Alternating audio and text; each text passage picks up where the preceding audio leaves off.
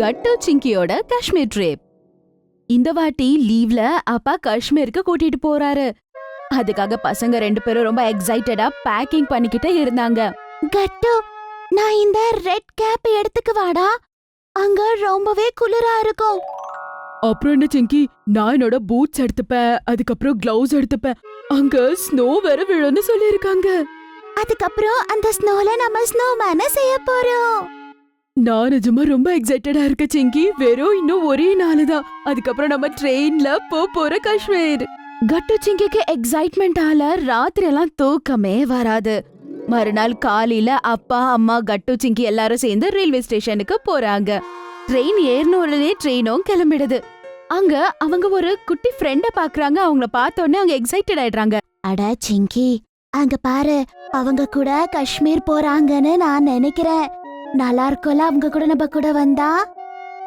கண்டிப்பா இருக்கலாம் கட்டு. நாம அவங்க கிட்ட பேசலாமா?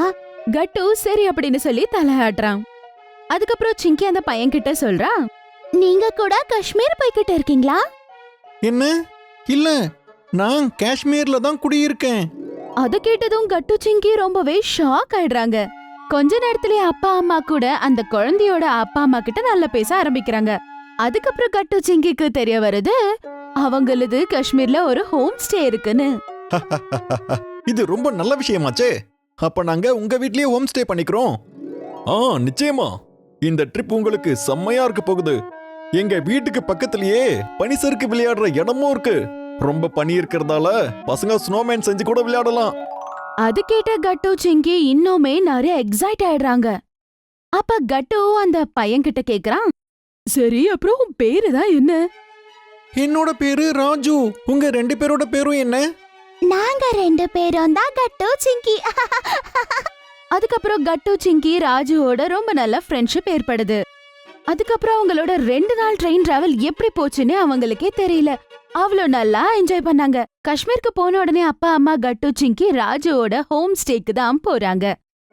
அன்னைக்கு ரொம்ப லேட் ஆயிடுச்சு, அதனால அவங்க சுத்தி பார்க்க போக முடியாது. ஹோம் ஸ்டேல கட்டு சிங்கி மற்றும் மம்மி பாப்பாக்கு ஒரே ரூம் தான் இருந்தது. அதுல 2 பங்க் பெட்ஸ் கூட இருந்தது. இங்க பாருங்க, இதுதான் உங்களோட ரூம். உங்களுக்கு ஓகேனா நம்ம ஒன்னா உட்காந்து டின்னர் சாப்பிடலாமா? இல்ல வெளியில இருந்து கூட வாங்கிக்கோங்க, ஒன்னும் பிரச்சனை இல்ல. இல்லைங்க, பரவாயில்ல, நாம எல்லாரும் ஒன்னாவே டின்னர் சாப்பிடலாம். Wow, bunk pets? நான் மேல தான் படுக்க போறேன். இல்ல இல்ல, நான் தான் மேல படுப்பேன். இங்க பாருங்க, போய் ஃப்ரெஷ் அப் ஆயிட்டு வாங்க. அதுக்கப்புறம் வார்மா வச்சுக்கிற மாதிரி நல்ல துணிய போடுங்க. அப்புறம் பாருங்க, 2 பங்க் பெட் இருக்கு. ஒருத்தர் ஒரு பெட்ல மேல படுத்துக்கோங்க, இன்னொருத்தர் இன்னொரு பெட்ல படுத்துக்கோங்க, சரியா? ஆமா பசங்களா, நாம முதல்ல போய் டின்னர் சாப்பிடுவோம். அதுவும் உங்களோட நியூ ஃப்ரெண்ட் ராஜு கூட, ஓகேவா? அப்புறம் காலையில நாம காஷ்மீரை சுத்தி பார்க்க போறோம். அது கேட்டதும் பசங்க 2 பேரும் ரொம்பவே சந்தோஷப்படுறாங்க. அவங்க ஃப்ரெஷ் அப் ஆயிட்டு வார்மா வச்சுக்கிற மாதிரி நல்ல துணியா போட்டுட்டு வந்துடுறாங்க. அதுக்கப்புறம் ராஜு ஃபேமிலியோட சேர்ந்து அவங்க எல்லாருமே டின்னர் சாப்பிடுறாங்க. கட்டு ஜிங்கி, ஸ்னோஃபால் வேற ஆரம்பிச்சிருச்சு. நாம காலையில எந்திரிச்சு பார்க்கும்போது வெளியில நிறைய ஸ்னோ இருக்கும் தெரியுமா? நாம அதை வச்சு ஸ்னோமேன் பண்ணலாமா? நிஜமா ரொம்ப செமையா இருக்க போகுது ராஜு அப்படின்னு சொல்லிட்டு பசங்க 2 பேரும் சாப்பிட்ட உடனே போய் தூங்கிடுறாங்க. மறுநாள் காலையில ஆகுது, அவங்களும் தூக்கத்துல இருந்து எந்திரிக்கிறாங்க. அதுக்கப்புறம் 2 பேரும் ஸ்னோ பாக்கணும் அப்படின்னு சொல்லிட்டு வெளிய போக போறாங்க. அதுக்குள்ள அம்மா வந்து அவங்கள கூப்பிடுறாங்க. பசங்களா, எங்க போறீங்க நீங்க 2 பேரும்? வந்து ஃப்ரெஷ் அப் ஆகுங்க, இப்படி வெளிய போக கூடாது. அம்மா, வெளிய நிறைய ஸ்னோ இருக்கு, பாத்துட்டு வரோமே. ஆமா அம்மா, ஜஸ்ட் பாக்காவது விடுங்க, பாத்துட்டு வந்துடுறோம். இல்ல, ஃபர்ஸ்ட் நீங்க பிரஷ் பண்ணுங்க, அதுக்கப்புறம் நல்லா ஃப்ரெஷ் அப் ஆகுங்க, அதுக்கப்புறம் நீங்க வெளிய போய் விளையாடலாம். அதுக்கப்புறம் மம்மி கட்டு சிங்கிய ஒன்னாவே ரெடி பண்ண ஆரம்பிச்சிடுறாங்க. மம்மி அவங்க 2 பேருக்கும் ஜாக்கெட்ஸ், கிளவுஸ், மஃப்லர்ஸ், பூட்ஸ் எல்லாமே போட்டு விடுறாங்க. அவங்க 2 பேரும் ரெடி ஆயிட்டு வெளிய போய் பாக்குறாங்க. அங்க அவ்வளோ ஸ்னோவை பார்த்து அவங்க 2 பேராலையும் நம்பவே முடியல. அங்க ஏற்கனவே அவங்க ஃப்ரெண்ட் ஆகிய ராஜு அவங்க 2 பேருக்காக வெயிட் பண்ணிக்கிட்டு இருப்பாரு. வாங்க கட்டு ஜிங்கி, நாம ஸ்னோமேன் பண்ணுவோம். பாருங்க இங்க எவ்வளோ பனி இருக்குன்னு. அவங்க 2 பேரும் அந்த ஸ்னோ அப்படியே கையில தொட்டு பாக்குறாங்க. அவங்களால நம்பவே முடியல. அதுக்கப்புறம் அவங்க ராஜுவோட சேர்ந்து அழகான ஸ்னோமேனை செய்யறாங்க. இந்த ராஜு, இத அவனோட மூக்கா வச்சிடு, ரொம்ப நல்லா இருக்கும். இப்ப பாரு, பார்க்க எவ்வளவு ஃபன்னியா இருக்கு. ஆமா ஆமா கட்டு, உன்ன மாதிரியே தான் இருக்கா. அப்படி சொன்ன உடனே கட்டு ஸ்னோ எடுத்து சிங்கி மேல வீசுறாரு. அதுக்கப்புறம் இப்படியே அவங்க எல்லாரும் சேர்ந்து ரொம்ப சந்தோஷமா விளையாடுறாங்க.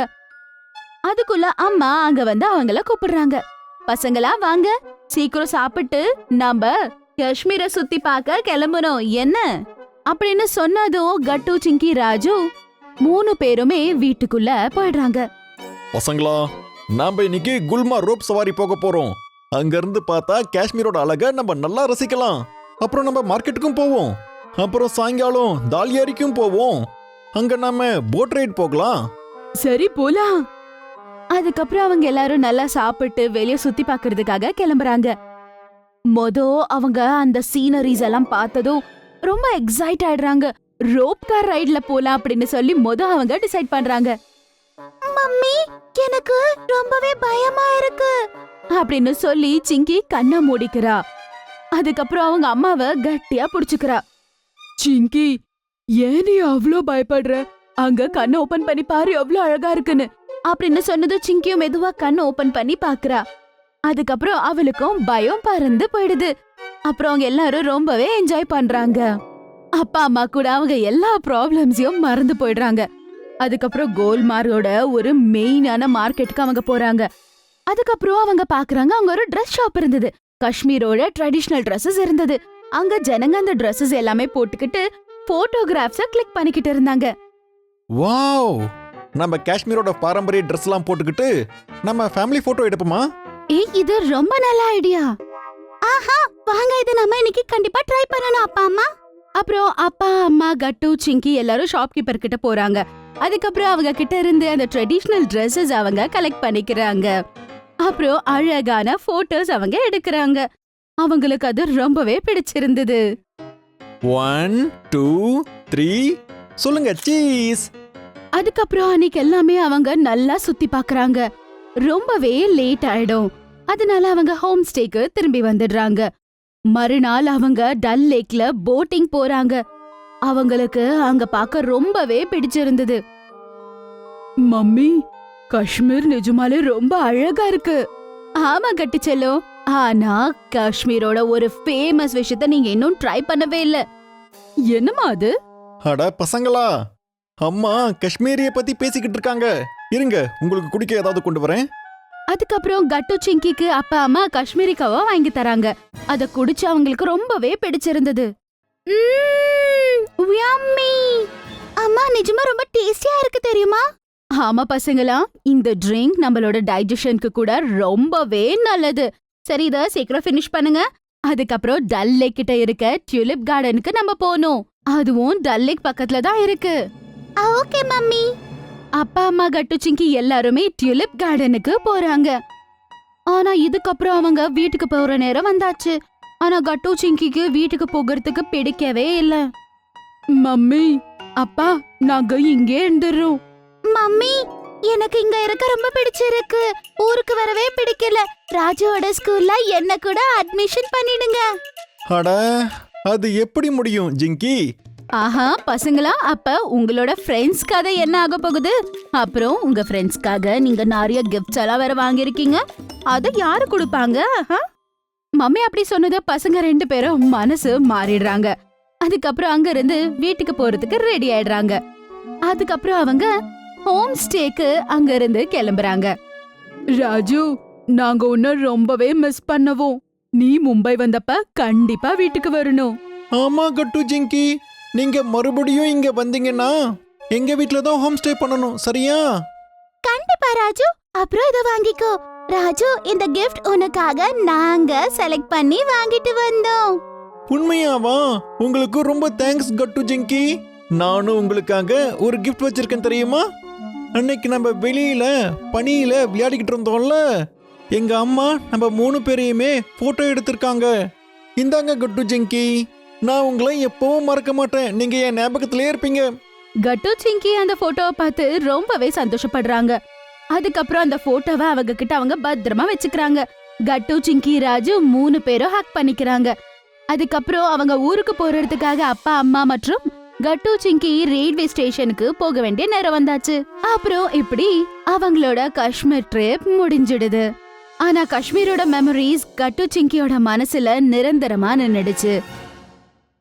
ஒருவேளை உங்களுக்கு எங்களுடைய வீடியோஸ் பிடிச்சிருந்ததுன்னா அதை லைக் பண்ணுங்க, கமெண்ட் பண்ணுங்க, அப்புறம் எங்க சேனலை சப்ஸ்கிரைப் பண்ணுங்க.